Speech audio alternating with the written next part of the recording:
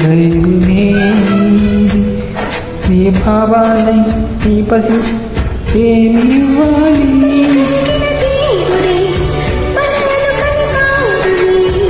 పరమసుగే దేవుడికి నేనేమి తిరిగి ఇవ్వాలి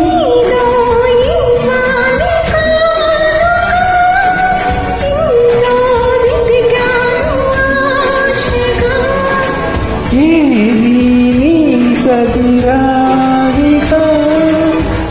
అంటూ వరుసాను పూర్తిగా మళ్ళీ జన్మంతి నిన్ను చేరను